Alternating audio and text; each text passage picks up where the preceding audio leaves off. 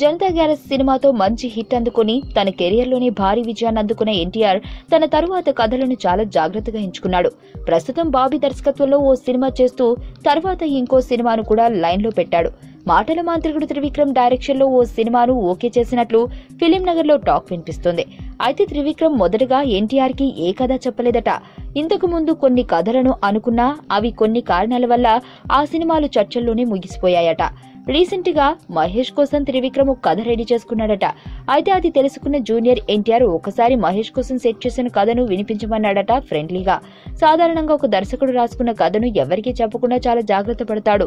కానీ త్రివిక్రమ్ కు ఎన్టీఆర్ తో ఉన్న చనువుతో కొన్ని సీన్స్ చెప్పడంతో కథలోని కొన్ని కీలక సన్నివేశాలను త్రివిక్రమ్ రాసుకున్న తీరుకు యంగ్ టైగర్ ఫిదా అయిపోయాడట. వెంటనే ఈ సినిమాను నేను చేస్తాను అని చెప్పగానే త్రివిక్రమ్ ఈ కథ మహేష్ కు మాత్రమే సరిపోతుందని చెప్పాడట. కానీ ఎన్టీఆర్ ఒత్తిడి చేయడంతో త్రివిక్రమ్ కూడా ఓకే చెప్పాడని అంటూ సినిమా పరిశ్రమలోనూ ఇటు సోషల్ మీడియాలోనూ వార్తలు వినిపిస్తున్నాయి.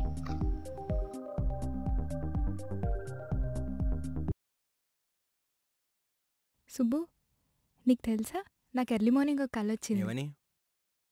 నువ్వు నన్ను జ్యువెలరీ షాప్కి తీసుకెళ్ళి వడ్డానం కొనిచ్చావంట. ఏ టైంకి? గుర్తులేదు సుబ్బు, 5 అనుకుంటా. అదే మరి 5కి మీ బాబు వచ్చి బిల్లు కట్టినట్టు నాకు కాల్ వచ్చింది.